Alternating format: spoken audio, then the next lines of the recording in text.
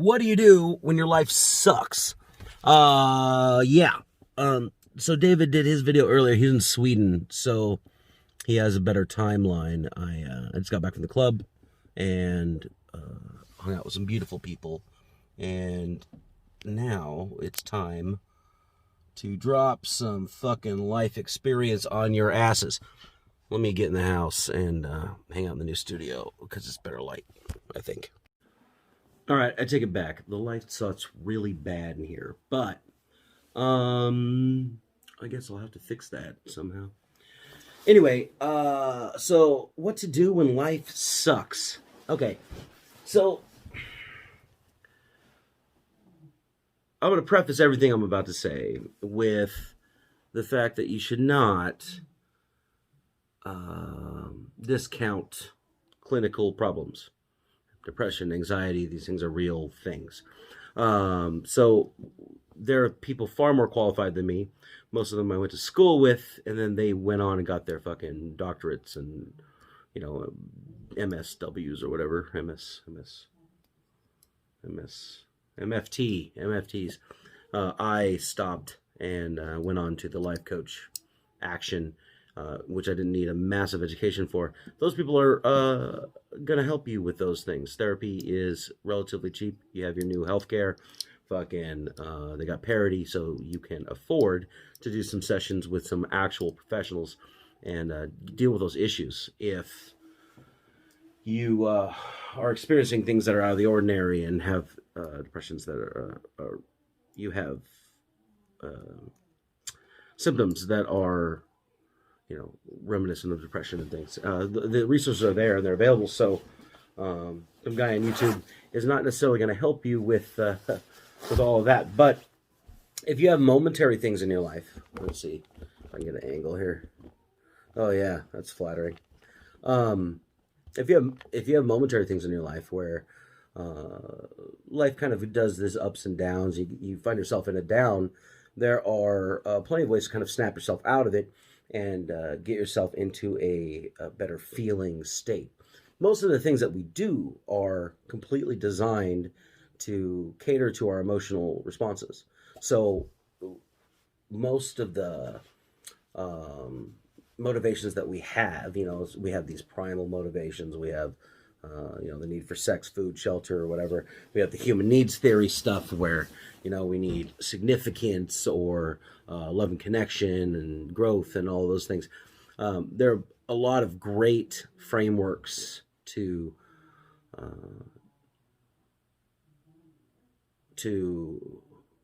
apply to your life in these situations.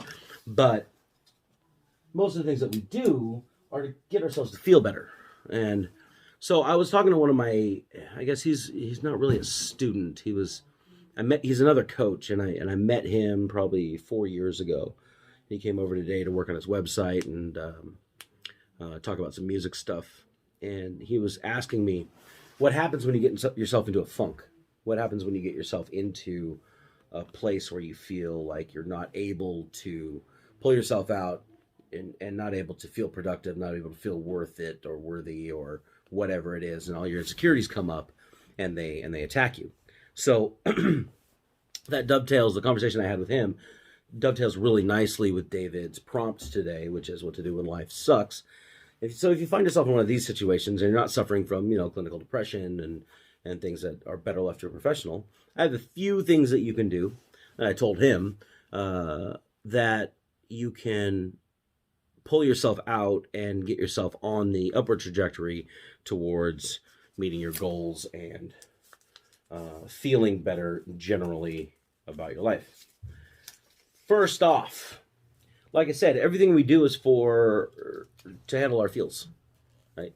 A lot of times we'll get stuck in some sort of obsession with one of our love interests, and they're not exactly reciprocating, but enough, and so like we get kind of like consumed or whatever, and we go after them.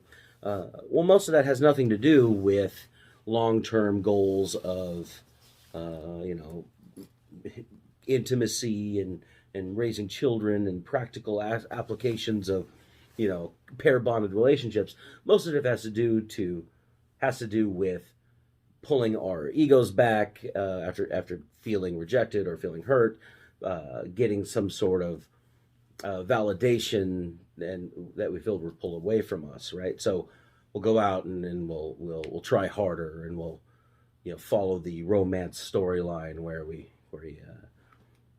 was I saying? Well, where we go out and we like, oh, make the big grand gesture, and oh, it proves our love to her and whatever.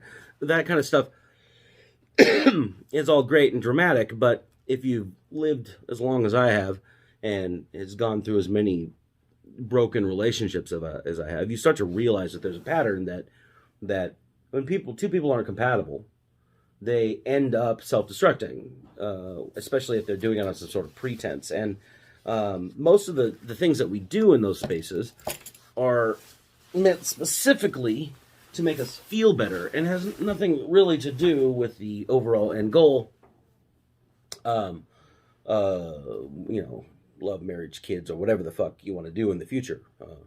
Some people are like harems and, 1,500 women serving me at my feet or whatever. These old students, they were like, I just want to fuck tens, bro. Right? So, whatever your goals might be, you do it to feel good about yourself on a regular basis. And you kind of shy away from things that give you emotional pain. And you kind of move towards things that give you emotional pleasure, right? So, when you're feeling down, a lot of times you've lost touch with what really turns you on or gets you excited, gets you happy about things. And a lot of people in my coaching experience, they get to a point where they're unhappy, and then they look for outside influences that cause them to be unhappy, or the loss of the happiness, right? So they'll break up with a girl or something, or they'll break up with a guy, and that loss, the lack of that person in their life, is something that they can focus on, and then it exacerbates the feelings. It amps them up to revisit that pain. What's interesting about us as humans is what's familiar is certain, and when our pain becomes familiar, and sometimes that can happen from trauma, sometimes that can happen from what do you call it? Like when you're proud of the fact that you can endure pain, like when you're like stoic or whatever, you can put up with a lot of shit, and then you take pride in that. It becomes part of your identity. Well, human emotions don't last very long, like on their own. Like anger doesn't last very long.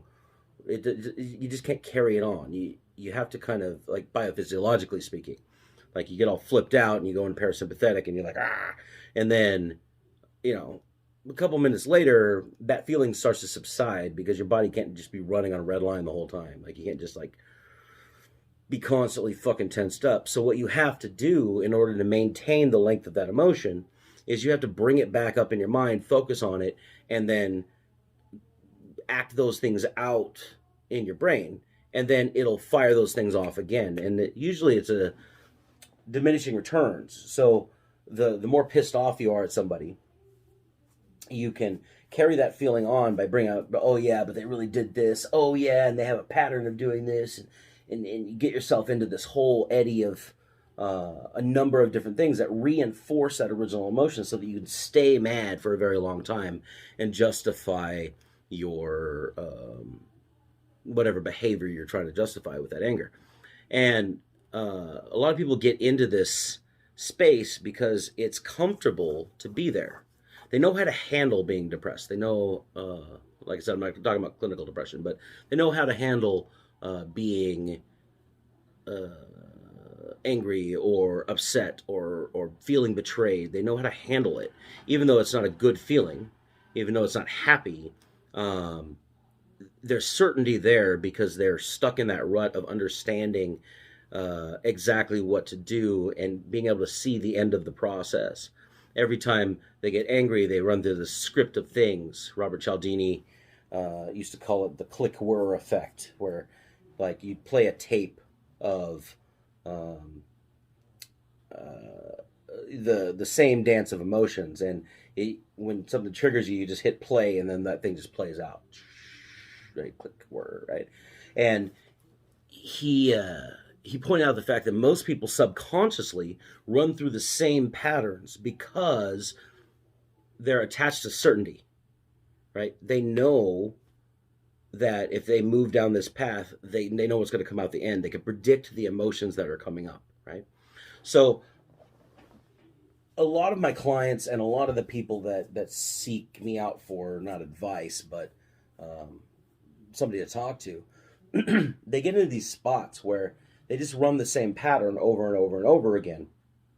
And it looks hopeless. It looks like they're not going to get anywhere. Looks like they're not going to be stimulated because they're running the same thing. They're not trying new shit to see what's going on. There's a lot of comfort in that familiarity. There's a lot of comfort in knowing what's going to happen next, being able to predict your emotional response. So a lot of times when we get into these ruts of everything just sucks, like life is just beating us down, we have all these external factors that are hitting us, and we just got to fucking maintain or whatever. That grind is familiar. That grind is something that we know we can handle even though it sucks. And so we sort of just accept it and we move forward. And this is how, on a grand human scale, people get inculcated into new governments and religious takeovers and stuff. People just come in and they just kind of try to maintain, and they kind of get a group identity of okay, well, if you just let it fall through, we know what's going to happen, so don't make too big of a noise or whatever. And then they're all dying around us, but if we just keep our heads down, we're going to be cool. And then an entire population can get subjugated because they're just kind of doing the same thing, trying to maintain and allowing the external environment to dictate and dictate their behavior and box themselves in. And it's kind of a survival mechanism for humans, but it's pretty predictable. Like, if you start getting a certain amount of pain that you never thought you could feel before, and then you realize that you can live through it, there's almost a sick pride that comes up. It's like, you know what, I'm fucking badass. I fucking lived through that shit. And you could seek that out again for the emotional highs and lows for a number of different complex psychological reasons. But if you're feeling stuck in a rut and you're in the same spot, chances are you're doing the same stuff that you were doing when it started sucking, and you're probably doing it better with more predictability. So in order to change it up and go out of that rut, you'd have to do something different. And there's a lot of normal advice, right? Exercise, you get your endorphins running, you feel better. Go talk to more people and get more social awareness, or reduce the competition anxiety by expanding your horizons or whatever. And all these are very good advices. I had a buddy, he always says advices. He's from Guatemala. Advices. These are all very good advices, but follow that stuff, get a framework that works for you. But the point is, you got to be doing something different. You got to change it up if what you're currently doing is giving you the existing emotions. Our emotions are generated from what we focus on, what our reference experiences are being mapped on to the current situation. They're not being generated by other people, by other situations or whatever, because case in point, two different people can go through the same situation and act completely differently and take different meanings out of all of it. So, like, for instance, we had a tragedy happen here a while back. It was probably 4 years ago. Somebody walked in to a local bar here, and they shot the whole thing up and killed like 13 people. And for our community, it was relatively devastating because everybody knew somebody there. Like, it wasn't like you see it on the news and you're kind of detached from it. It's like people I knew died, and people I'm very close with were like hiding in the attic of this place while gunshots were going off, and they got all traumatized or whatever. And after the aftermath of this thing starts to unfold, we get the victims that were there, or the people who knew the victims, and the people who were there who were traumatized and escaped out of windows or whatever, and they all tell their stories, and everybody tells the story very differently. It's like, oh, this happened, but this is what I was feeling. This is what I immediately thought about. This is what motivated me to move in the directions that I moved in and behave the way that I behaved. And everybody's going to take something different from a situation, whether it's traumatic like that, or even, if it's a good, exciting situation. Everybody's going to take something different and reinforce their identity with whatever they want. Some people realized that life was finite, and then they chose to be more service oriented into the future, and they open their heart up, and they realize that all the little petty bullshit that they had been focused on before doesn't really matter in the light of this event that happened to them, and so they're a lot more service oriented. They're a lot more open hearted and giving out. Other people closed in to the trauma and had to do a whole bunch of they retold the story over and over again. It was familiar to them, and then they got the pity, and they got the whatever, and they got that for a while. And as they move through the phases, obviously that dies out, and they can take a different meaning from it. But everybody handles it differently, and some people were heroic. Some people were upset that they felt so scared. Some people were who weren't there pretended that their emotions, well, I guess they didn't pretend, they projected their emotions into being as traumatized as the people that were there, and that's their experience, right? I'm not judging. It sounded like really negative, but that's not what I meant. And the point is that everybody takes different meaning from the situations based on their reference experiences, based on their trauma from the past, based on whatever they believe about those situations. Some people are really religious, and they map that on there, and some people are really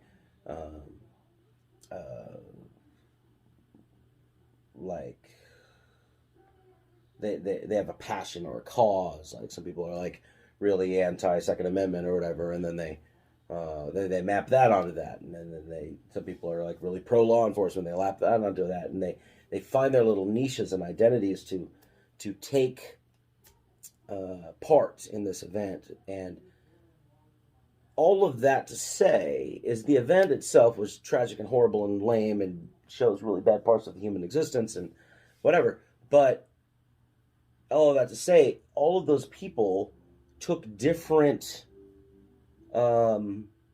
events, a different meaning from that event. And it's not the event that itself that created those emotions, right? It was a catalyst, and then you sort of create them for yourself. I was actually supposed to be there, and then I changed my mind and went to a different bar that night. And when everything happened, they all came over to this bar, and so I got to see the kind of post-aftermath and comfort the people and be there or whatever. But when I was driving away from the big kind of media frenzy that was that event, I felt gratitude. One was the first thing, is like, okay, I'm not in danger. I felt a complete kind of outpouring to the people that were there and that were affected in that way. And I also felt I have a kind of like a breakdown of my own masculinity, I guess, if that's really a thing. I was wondering, okay, well, if I was there, then how would I have reacted? Am I a heroic person, or am I not? Am I scared? Would I help people? Would I run for my life? Like what and getting those kinds of thoughts into my system, it was kind of complicated, and it kind of taught me a lot about how self-aware I am and how I view myself. And I took a whole bunch of different meanings out of that event than other people who weren't there also did later, and they kind of latched onto something else and created meaning. And all I'm saying in that long fucking convoluted story was that your interpretation of the meaning of an event is not particularly attached to the meaning of that event, or to the event itself. The event just happens, and it can be tragic, and it can be great, it could be a celebration, whatever it is, but it happens. And then you choose how you want to interact with it. You don't only have one option. And chances are, if you have been in a rut of life sucking for a number of different reasons, those reasons themselves, like the things that are happening outside of you, are not causing your problems. You are choosing to be emotionally involved in that way, because there are a myriad of different ways you can look at the situation and find kind of the silver lining, or meanings in the clouds, right? On a lighter example, actually, fuck the examples. I told too many stories already. Here's the deal. How to get out of this thing. In short, you got to do something different. You've been doing the same shit.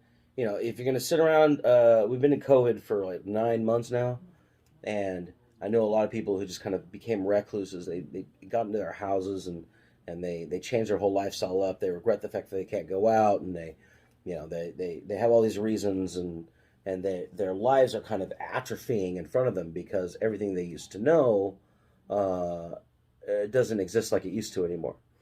And I'm a big fan of adaptation. I like discovering the awesomeness in every new thing, right?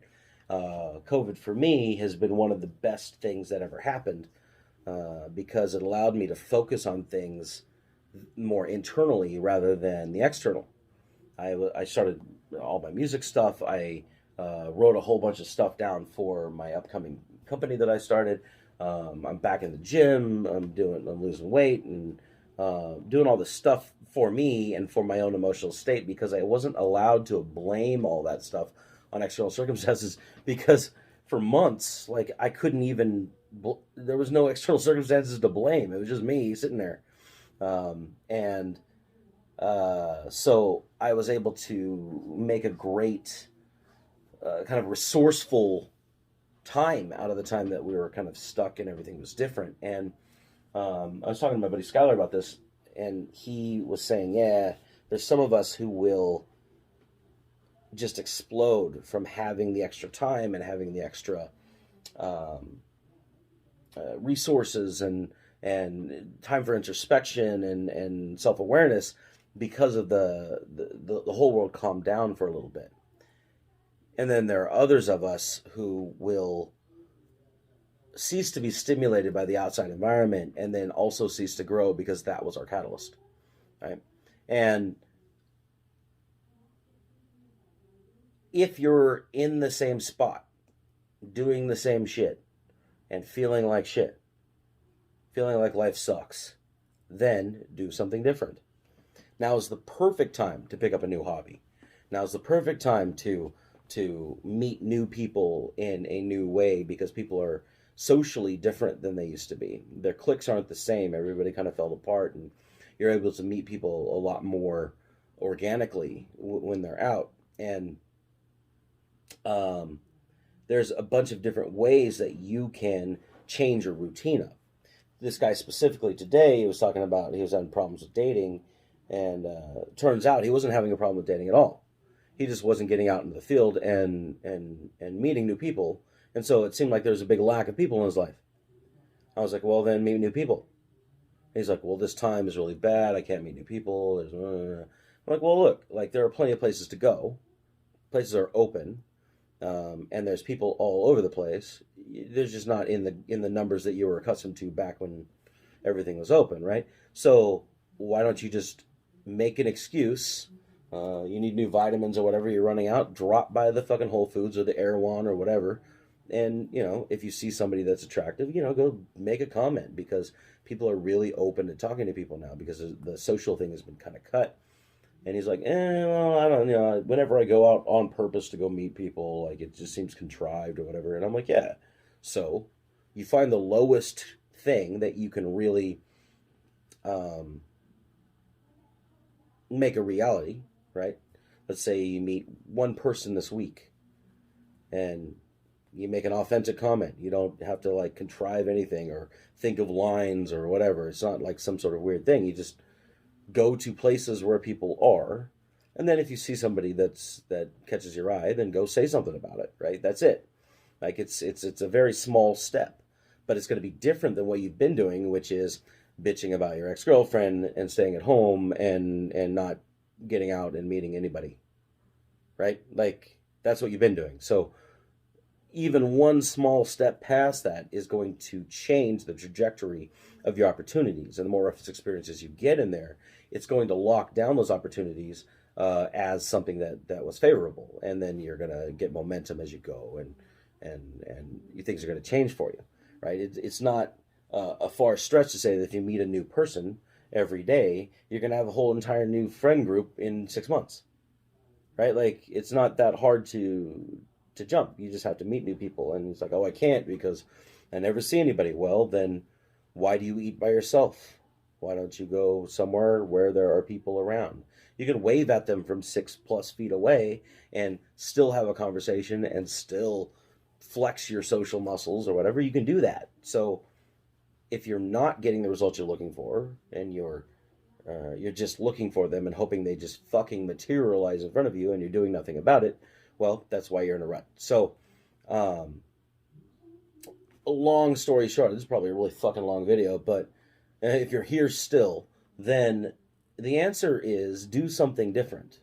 And I have a lot of good examples, but I think this video is long enough. If you're in a spot where you think things suck, you're probably doing things the same way over and over and over again. Break the pattern. Stop the click whir. Stop the tape, and do something else. And you can calibrate from if that brings you a bad result, and come back to baseline if you want. If it gives you a good result, then you're going to raise your baseline, and you just keep iterating on that until you get to a better place than where you're at. And so, if you want to pull yourself out of the life sucks situation, do something different. And because you're not at the mercy of all of your external circumstances. All of the things that happen outside in the world, you're the one who assigns the meaning, and choose the emotions is not the right word, but you settle into your familiar emotions based on what meaning you have assigned to these things. These things hold an inherent value in themselves. You decide what that means to you. So go out and find something different. Like I said, I picked up a new hobby. I'm doing music. Album's coming out at the end of the year. I'm doing a whole bunch of YouTube scripts and stuff for the new pro shit that we're doing. I'm back in the gym. I'm punching people in the face from 6 feet away, I guess. And my whole life is changing up because my focus is in a creative space. It's in a physical space. It's pulling me out of the kind of the slump that I was in for a while when I wasn't going out and being social every night like I had done for the last 7 years of my life. I'm not able to travel and be in a different city every weekend like I was. And that loss, I could have focused on that and got really down. And for a while, I was kind of like directionless. I didn't know what to do. And so then I just chose, okay, I'm going to do this, this, this, and this. And then now it's turning into completely new experiences. I'm meeting new people. And it pulled me out of that kind of life sucks mentality. So, however rambly that may be, that's my answer for today's prompt. Please, if you have not subscribed, click the freaking button. It's over there. And if you haven't seen David's video on this stuff, I think it's at the end of the card in this video. So click and you can see what David says. He's a lot more terse about it than I am. And we're doing this every fucking day for the next fucking 6 months at least. So I will continue to get more cohesive with my thoughts and bring you some of the best content out of my brain. Until tomorrow, stay awesome.